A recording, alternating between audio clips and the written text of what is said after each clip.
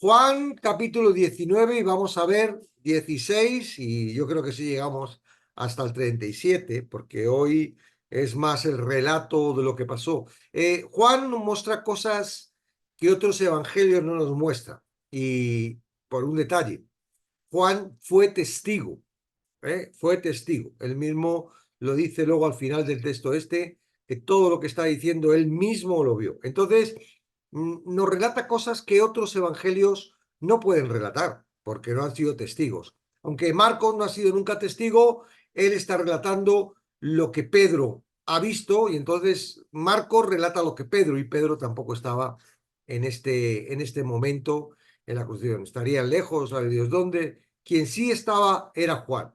Juan se supone que era ese que acompañó a Pedro, que conocía al portero del patio de la casa del sumo sacerdote, que permitió que entrara Pedro, y también creemos que Juan pasó, ¿verdad? Y pudo ver en directo el juicio el interrogatorio de Pilatos, porque él utilizaba a personas, y como él no tenía problema de contaminarse para la Pascua, ya la había realizado con Jesús anteriormente la cena, él lo que más le interesaba era estar cerca de Jesús. Entonces, creemos que todo esto que está narrando Juan es porque él es testigo. Ahora, en este caso, ¿verdad? Detalles que no ven otros evangelios y que el evangelio de Juan sí tiene. Al final lo va a mostrar él, que él era testigo de todo esto. Entonces vamos a empezar del 16, aunque ya vimos el 16, pero es importante retomar de dónde salimos. Dice así que entonces lo entregó a ellos para que fuese crucificado.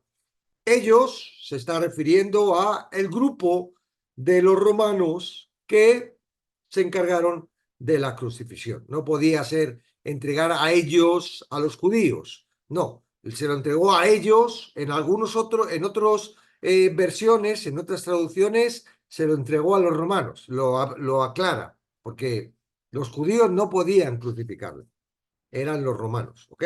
Entonces se lo entregó a ellos para que fuese crucificado. Tomaron, pues, ellos, de los romanos, a Jesús y le llevaron. Hasta ahí vimos el otro día y seguimos. Y él, cargando su cruz, salió al lugar llamado de la Calavera y en hebreo Gólgota. Bueno, no cargaba, en algunas películas vemos, y por ejemplo en las procesiones estas que hacen en Semana Santa, cargan una cruz completa que le ponen una ruedecita al final. Claro que toda la cruz no podría, aun estando sin haber sido castigado, este que lleva la cruz, y eso era tremendamente pesado como para llevarlo, y más una persona que ha sido castigada como Jesús. Normalmente los romanos, que eran expertos en crucifixión, ya el castigo anterior a la crucifixión era que habían perdido la suficiente sangre como para que eso ya no aguantara mucho en la cruz.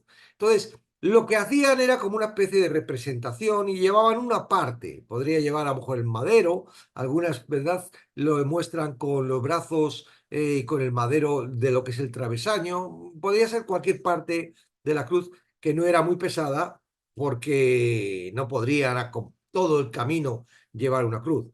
Sabemos por otro evangelio que aún en este caso Jesús estaba muy débil, ni aún esta parte que le dieron pudo llevarlo, y por eso otro que venía, ¿verdad?, que decía que venía del campo, le dijeron, ayuda a este que no va a poder llegar hasta donde le tenemos que crucificar porque no puede con la cruz. Y entonces, pero aquí Juan no dice eso, va directamente al sitio. Y cuando habla de la calavera, no se ha descubierto qué sitio es este, ni por qué le llamaban la calavera. Dicen algunos, dice, es probable que hubiera restos, cosas raras, porque normalmente los romanos y los judíos no se cuidaban de que eso pasara, ¿no? Ellos enterraban los cuerpos o los echaban en fosas comunes, y entonces no sabemos por qué es la calavera, porque no se ha conocido, ¿verdad? Gólgota luego dice que es en Gólgota, pero bueno, ahí está, lo dice Juan, en aquel tiempo, en aquella entonces se conocería, y cuando lo escribió, pues sería conocido el lugar como el de la calavera. No sabemos por qué.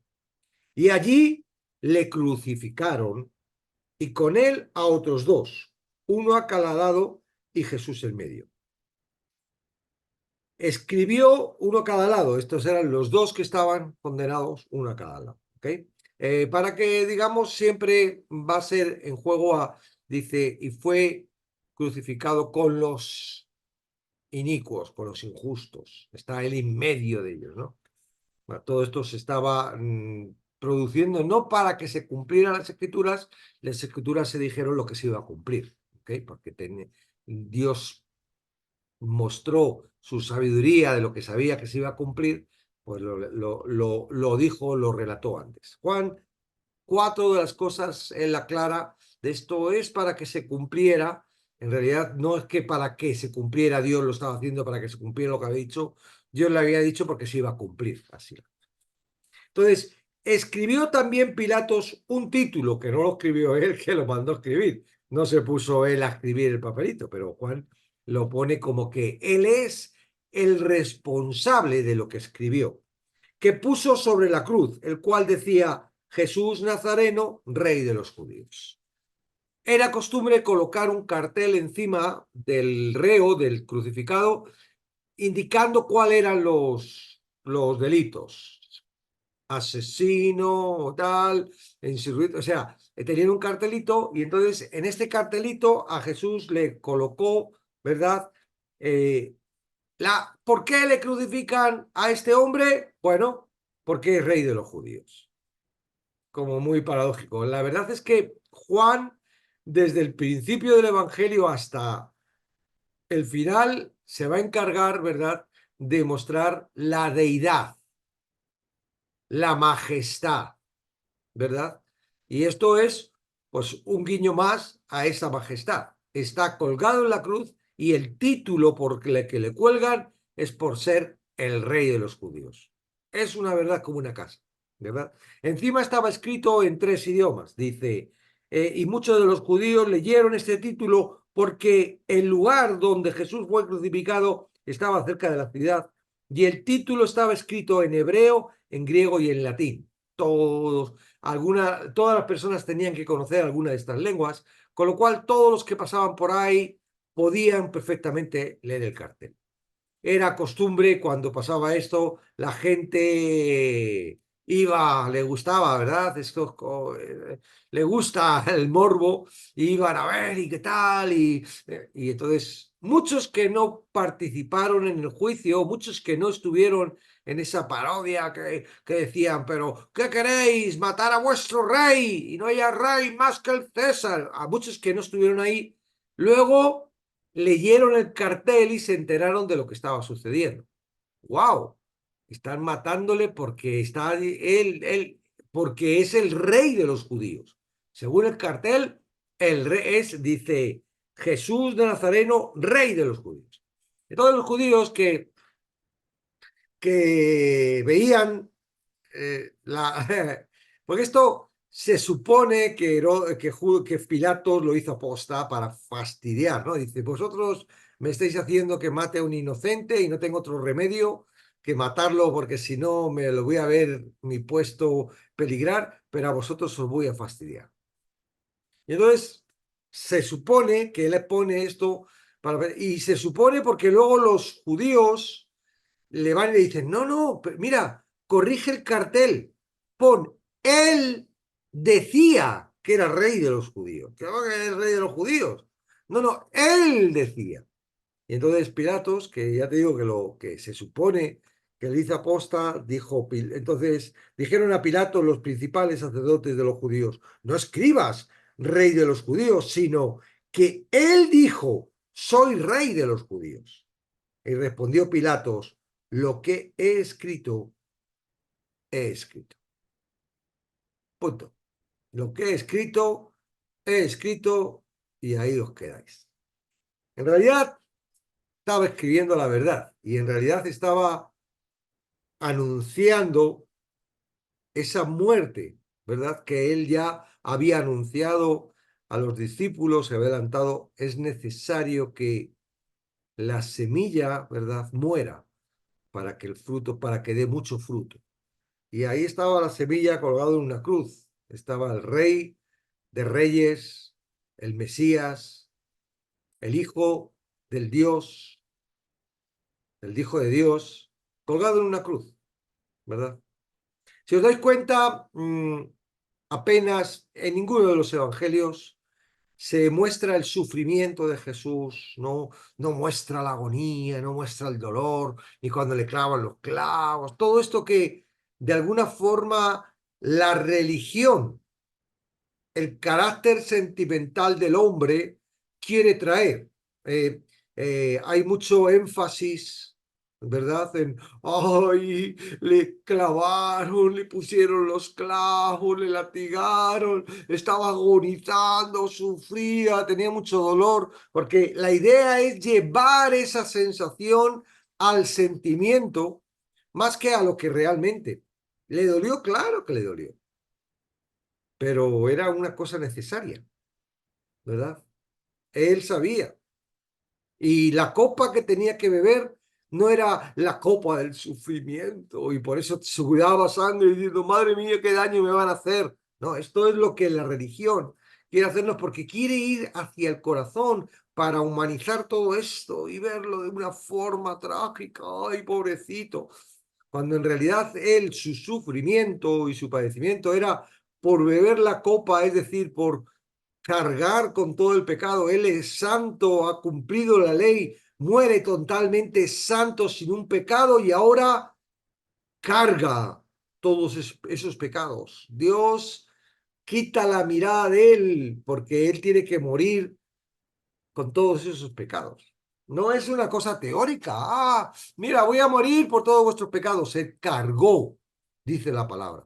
Cargó. Tuvo que cargar. No es decir, oye, te voy a llevar la maleta y luego no la llevas. Sí, tienes mucha boquilla, pero luego no le llevas la maleta. Hay que llevar la maleta. Entonces, que dijo, que voy a morir por los pecados. Él tenía que morir por los pecados. Entonces, lo que más le costaba a Jesús, que Juan no relata esto en el huerto, ¿verdad? Que los otros sí lo relatan, los otros evangelios, porque en realidad Juan está enfocado en su deidad, en su rey. Él ha venido a pagar y no importa el sufrimiento, no importa lo que pase, no importa las consecuencias, no. Él ha venido a pagar, él es el Hijo de Dios.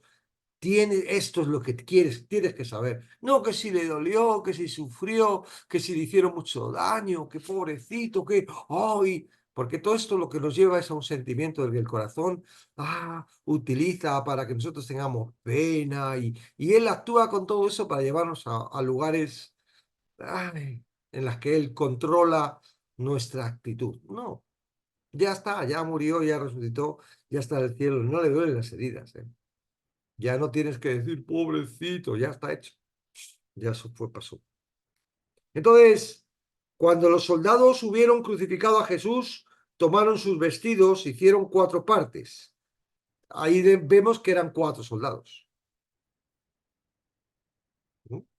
Los que llevaron este trabajo, 4 soldados. ¿Por qué? Porque se repartían los vestidos entre los que estaban trabajando en este aspecto. ¿No? Era, era algo común en este aspecto. Entonces, 4 partes, 4 soldados. Una parte para cada soldado. ¿Cuántos? 4. ¿Okay? Tomaron también su túnica.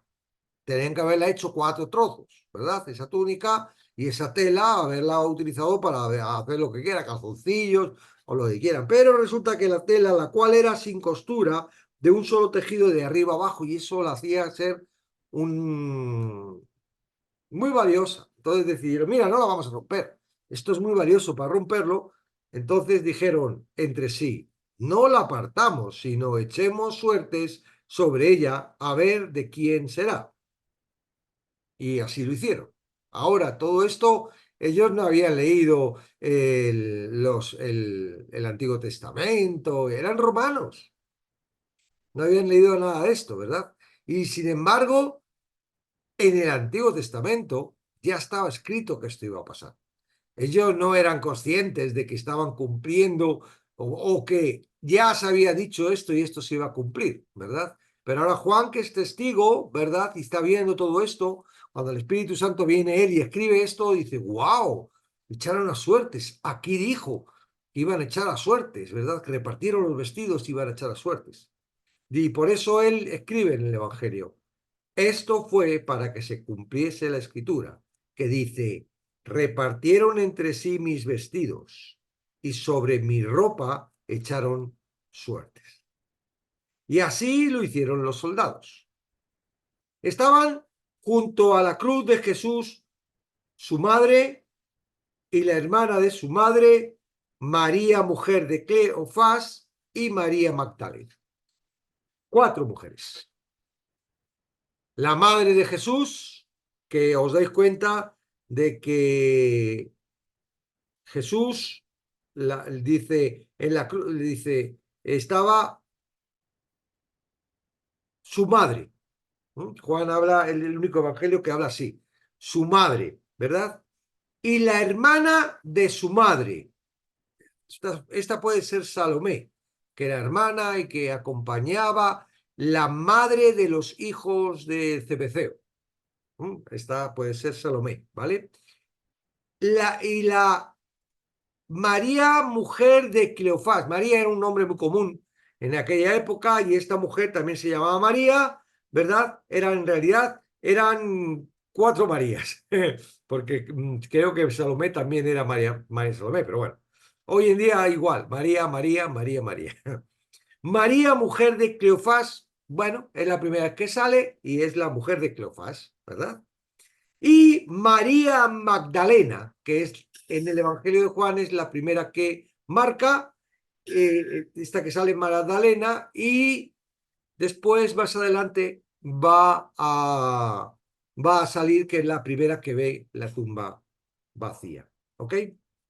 Cuando vio Jesús a su madre, cuando vio Jesús a su madre y al discípulo a quien él amaba, normalmente Juan nunca se nombra por sí mismo, ¿no? No dice, estaba yo allí, nunca lo dice, y él se nombra como el discípulo al que amaba Jesús, ¿verdad? Es la forma de identificarse.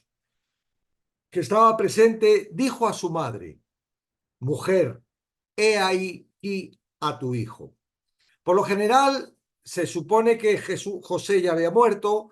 Cuando muere el padre, el hijo mayor es el que tiene la responsabilidad de la madre. El hijo mayor era Jesús, Jesús estaba en la cruz. Ahora tendría que haber tomado la responsabilidad cualquiera de los hermanastros, ¿verdad? No sabemos si será Judas o cualquiera de estos hermanos por parte del padre, pero en esta época todavía ellos no creían, con lo cual ellos no estaban por ahí, estaban perdidos, sabiendo lo que estaban haciendo. Entonces Jesús decide entregar la responsabilidad de su madre a Juan. Él está muriendo en la cruz y está ahí pensando en su madre, ¿verdad? En María, en la responsabilidad que quedaba, en arreglar este asunto. Ves la misericordia de Jesús total, ¿no? Ahí está ahí resolviendo el asunto. Ahora, ¿quién se va a quedar con mi madre? ¿Quién va a ser responsable? Yo me voy y se lo deja a Juan. Y Juan responde positivamente, ¿verdad? ¿Por qué? Porque dice, después dijo al discípulo, he aquí tu madre, y desde aquella hora el discípulo la recibió en su casa. Lo cumplió, o sea, no hubo ningún problema y Juan fue obediente y atendió las necesidades de María. Después de esto, sabiendo Jesús que ya todo estaba consumado, ya no había nada más que pagar la paga.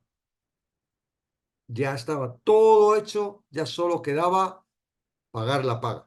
Dijo, para que las escrituras se cumpliese, tengo sed, para que las escrituras se cumpliese. Dice, y estaba allí una vasija llena de vinagre, entonces ellos empaparon en vinagre una esponja y poniéndola en un hisopo, se la acercaron a la boca. Esto debía ser costumbre, ¿verdad?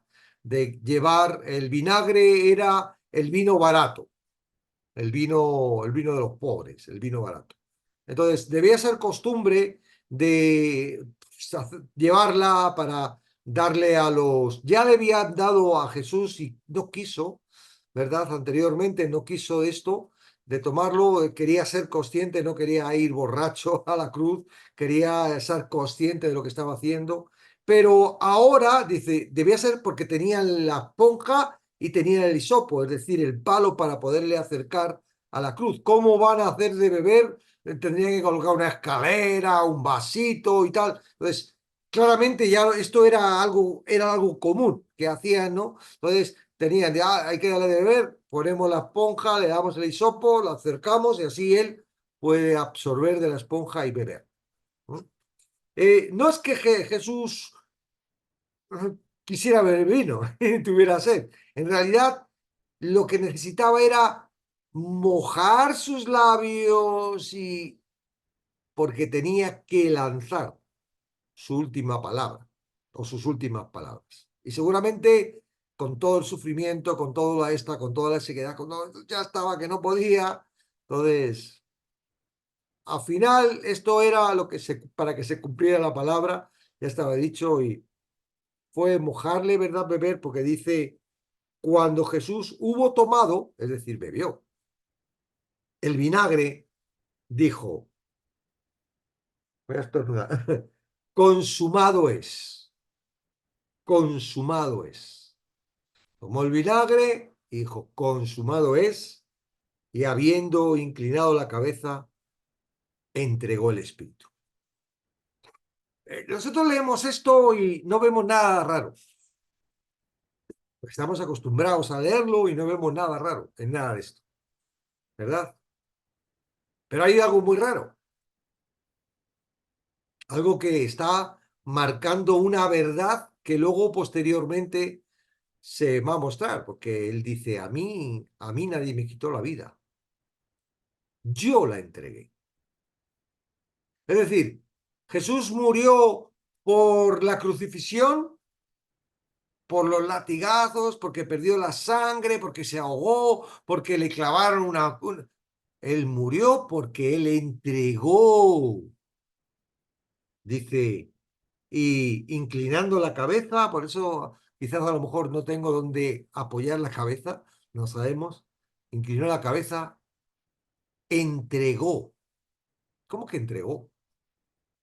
Entregó el espíritu. ¿Cómo que entregó el espíritu? Tú te mueres y no dices, se muere, podemos decir, se murió y el espíritu salió, o el espíritu le abandonó, o el espíritu dijo adiós al cuerpo, el espíritu, o sea, si tú estás muerto y el espíritu se va porque estás muerto, el muerto no puede despedir al espíritu, ¿ok? Entonces, claramente esto es el cuerpo, la carne, el ser que va a morir, despide al espíritu y muere y paga. ¿Ok? Entonces, por eso dicen que él dijo mismo, dice, a mí nadie me mató. Yo entregué mi vida. Si nos ponemos a mirar, la muerte tiene poder por el pecado. Claro, él carga el pecado, entonces tenía la muerte poder sobre él, por supuesto. ¿Por qué? Porque él carga, pero es algo voluntario. La muerte no pudo matar a Jesús anteriormente, por más que lo intentaron, le quisieron apedrear, le quisieron despeñar, no pudo, no, la muerte no pudo con él, se lo quiso cargar. Quisieron matarle cuando era pequeñito, ¿verdad? Cuando vimos en Mateo el otro día que mataron a todos los niños para matarlo. La muerte no tenía poder para matar a Jesús, ¿por qué? Porque no tenía pecado. La muerte, el poder de la muerte lo tiene a través del pecado. Es decir, Dios dice, la paga del pecado es muerte. Entonces ahora la muerte, ¿verdad? Que es Satanás, con la ciudad, los que están hoy por las calles, o estaban ayer en otros sitios, tiene poder por el pecado. En el mismo momento en el que no tiene pecado, no tiene poder. Claro, no, no hay posibilidad.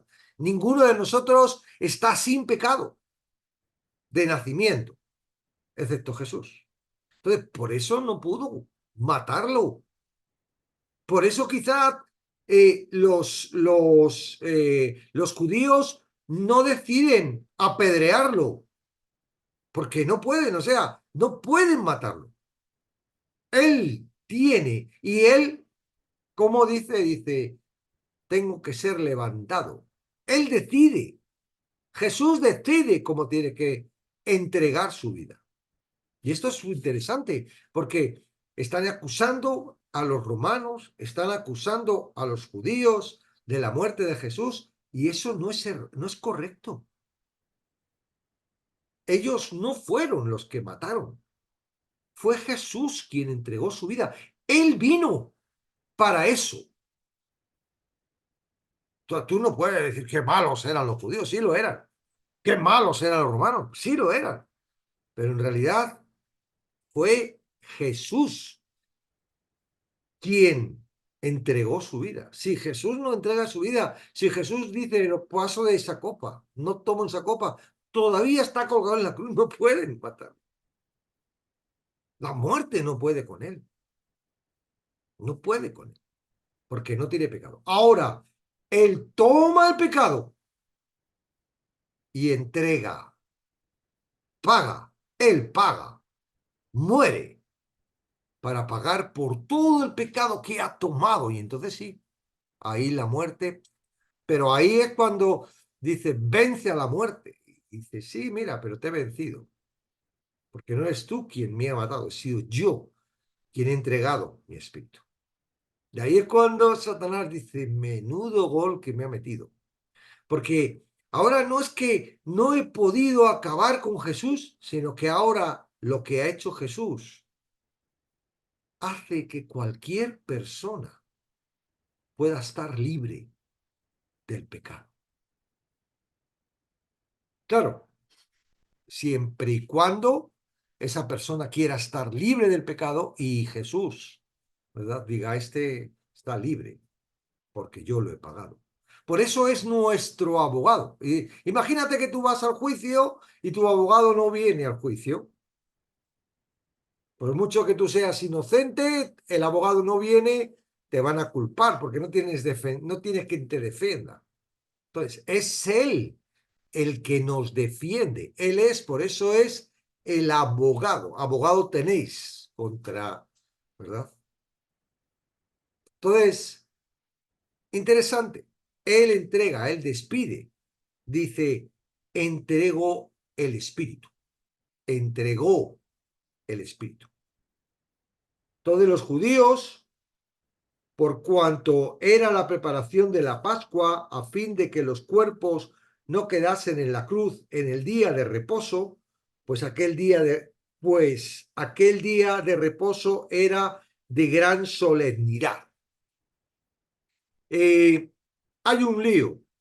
Yo he estado estudiando esto, pero es una tontería, a la larga es una tontería. Y es complicarse la vida. Se cree que Jesús muere un viernes porque el día siguiente es sábado, sabatón, pero es un sábado alto. ¿Qué quiere decir un sábado alto? No siempre la Pascua cae en sábado, no siempre. Esto es una fecha que va moviéndose según el calendario lunar. Entonces, si por ejemplo, la Pascua cae en jueves, ¿ok? Ese jueves es sabatón, un sabat alto, ¿ok? Entonces, al día siguiente era la Pascua, por esto no querían entrar en el patio de, del Pilatos, para no contaminarse. Entonces, al día siguiente, es decir, desde la noche, está Cristo en la cruz, cuando se haga de noche, empieza el sabatón, el sabat alto, que pueda ser sábado o que pueda ser otro día, pero que coincide con este día solemne de Pascua, ¿ok? Sabatón. Entonces, ¿qué pasa? Que si los dejan a Jesús y a los otros dos en la cruz cuando se haga de noche, al día siguiente no le pueden bajar, porque no pueden trabajar, no pueden hacer nada. Bueno, los romanos podrían trabajar, pero de todas formas decía que no lo hacían porque hoy es un día solemne tener ahí los cuerpos, ¿verdad? Que los pájaros le comían y tal. Entonces le dicen, mira, mañana va a ser, esta noche, a partir de esta noche va a ser el sabatón, va a ser día solemne. Mira, haz algo para que estos paguen, tendrían prisa, ¿verdad? Paguen y listo. Y los quitas de ahí y ya nos quitamos de rollos. Y ya celebramos la fiesta, aleluya, gloria a Dios, y esto ya se acabó.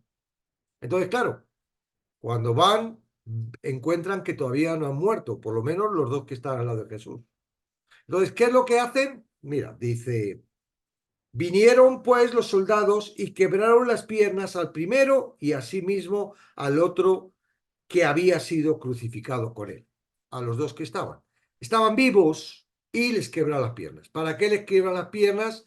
Porque la presión, están colgados en la cruz, no pueden respirar, entonces ellos apoyan los pies, le van para poder respirar y sueltan. Entonces son las piernas las que empujan para arriba para expander el pecho y poder respirar. Si le parten las piernas, ya no pueden, entonces se asfixian y se mueren. Entonces, por eso les parten las piernas. Que van las piernas para que no puedan, se asfixien y acelera el proceso. Podrían estar todavía horas ahí agonizando, tirando para arriba, porque el cuerpo tiene la sobrevivencia y aunque esté débil, aunque esto siga haciéndolo hasta que llega un momento ya no puede más y ya o se desangra completamente, se desvanece y ya se... ¡Pam! Les parten las piernas, ya no pueden levantar y se mueren por asfixia. Dice, más cuando llegaron a Jesús, como le vieron ya muerto, no le quebraron las piernas. Ya vieron que Jesús no levantaba para arriba las piernas, no hacía nada, estaba totalmente inmóvil. Estarían un rato a ver si se mueve. No, este está, bueno, está muerto. ¿Para qué le van a quebrar las piernas si ni las está utilizando? No, no se está moviendo.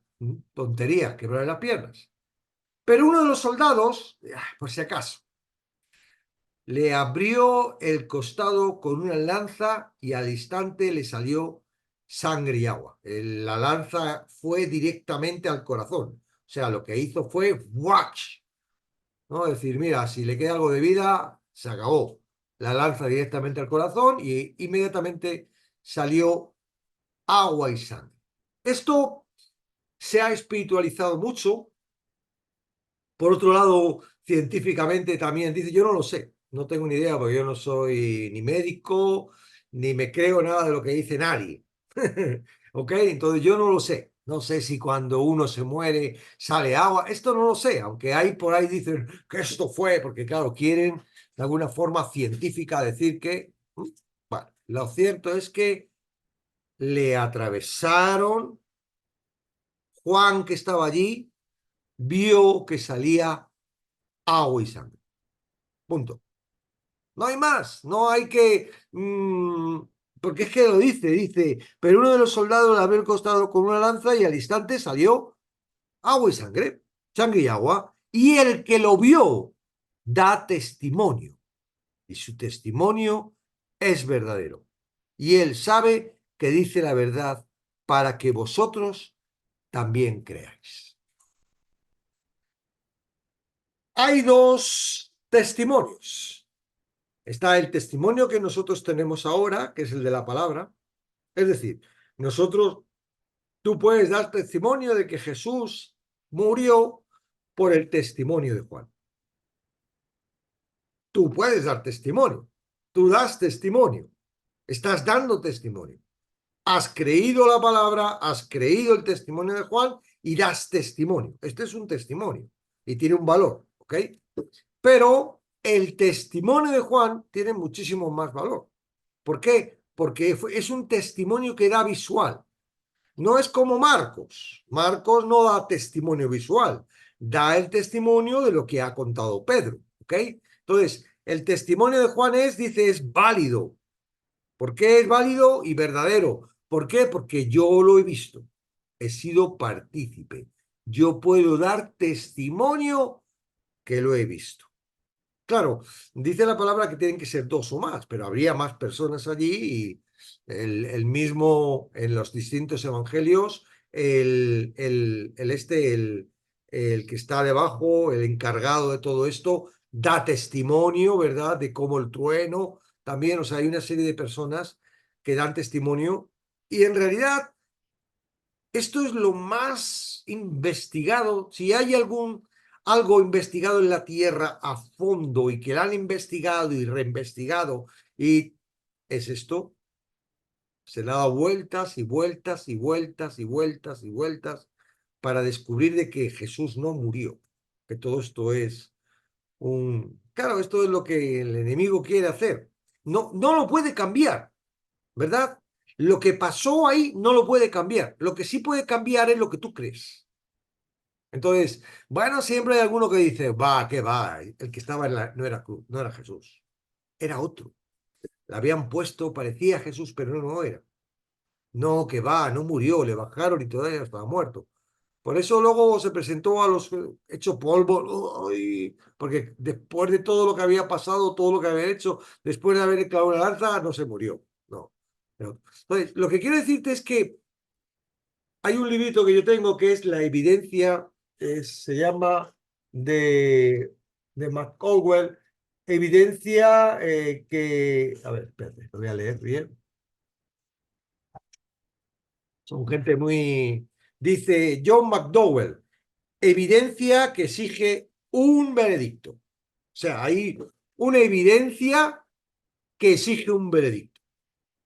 Y quien se pone a estudiar y a analizar y a trabajar conscientemente bajo la evidencia, no puede negar esta evidencia.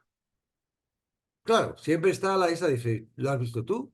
Yo no lo he visto. Y como no lo he visto, no lo creo. Esto es la negación de la evidencia. Ahora, eso sí, estos que no creen que Jesucristo murió, ¿verdad? Y que luego resucitó, les llega un librito donde dicen que la tierra está vacía, hueca, y que por la Antártida hay un agujero por donde se cuelan los marcianos, y que dentro de la tierra hay una nave, hay una esta espacial, y que ahí están los marcianos dirigiendo la tierra, y que son como lagartos que tienen cola de lagarto y tal, eso sí se lo cree. Porque han cogido un librito y les han contado esa historia. ¡Wow! Sin embargo, algo tan investigado, tan evidente, tan de lógica. Ah, pero tú has estado allí. No, no, pero si es que no es que está así, es que hay una evidencia histórica, hay una evidencia. Estas personas que vieron todo esto, lo que sucedió con Jesucristo, luego dieron su vida, no les importó perder. Los que salieron corriendo cuando Jesús fue arrestado, luego son personas que dan su vida, son capaces de morir boca abajo, son por la evidencia de lo que estaba pasando. Entonces, bueno, nosotros tenemos una responsabilidad bajo nuestra vida. Esa responsabilidad se llama voluntad. Tú tienes voluntad. Tu voluntad actúa de esta forma. Tú tienes una lógica que son un montón de neuronas cargadas con información, que dependiendo de esa cantidad de información, así es como las neuronas pueden trabajar, ¿verdad? Si has estudiado una carrera, pues tienes las neuronas más cargadas que si no las has estudiado, o si te has informado mucho de una cosa, pues están más cargadas de esa cosa. Esas neuronas son las que te traen el raciocinio de decir, esto puede ser, esto no puede ser. ¿Okay? Bajo eso y bajo tu sentimiento producido por las neuronas del corazón, tú actúas en tu voluntad y tú decides. Cuando estás fuera de Cristo, eres esclavo de esa voluntad. No tienes más remedio que ser esclavo, no puedes obedecer nada más a lo que eres esclavo, pero tu voluntad te puede hacer creer en otra cosa. Esto que te hace creer, es decir, la voluntad tuya que te hace creer que Jesucristo realmente murió por tus pecados y que de alguna forma Jesucristo va a venir y te va a salvar y te va a quitar de la esclavitud, que tú no puedes escapar de ahí, te hace salir de esa esclavitud. Entonces, lo que quiero decir es que La voluntad nuestra que actúa bajo una serie de cosas puede estar modificada por la información y dirigida por la información y llevada a un error cuando no hay otra alternativa. Mira, para salvarte no te puedes salvar por el intelecto ni por las emociones, solo te puedes salvar porque Jesucristo te salve. Ya no entiendas nada, ya no te creas nada, ya no te queda otra cosa nada más que que tu voluntad se acerque a creer esto. Muchas personas no lo creen. Es más, hay personas que lo creen, pero no entienden y no creen este significado. Vaya, me voy a poner una peluca en vez de una gorra. Gracias por la corrito. Ok, entonces, ¿qué quiero decir? Quiero decir que, bueno, es complicado creerlo, ¿verdad? Sí, con un raciocinio es complicado. Creer que Jesucristo era Dios, que vino a la tierra para pagar y morir en una cruz como un asesino, como un delincuente, como un no sé qué, para que nosotros estemos libres del pecado. Es difícil de entender, muy difícil de entender.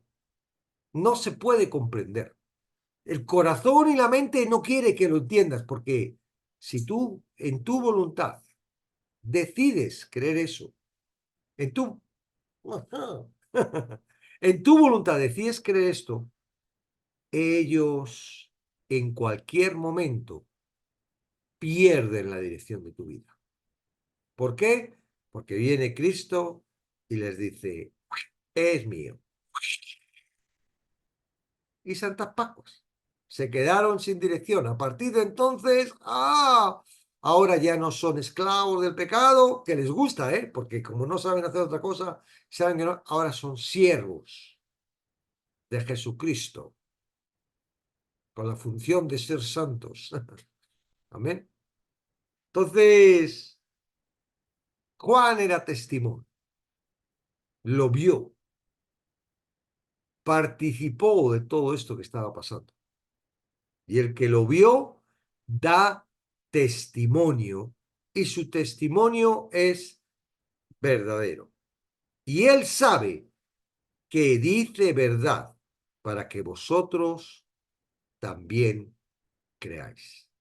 A la larga, no es la responsabilidad de la palabra, no es la responsabilidad de Juan, es tu responsabilidad. ¿Tú eres prisionero si no estás en Cristo? Sí. ¿Qué culpa tienes de ser prisionero por estar en Cristo? Ninguna. Ahora, el Evangelio está llegando a tu vida. Eres responsable si lo rechazas. La ira de Dios no viene por el pecado, porque nada has hecho para nacer pecador, nada has hecho para ser esclavo.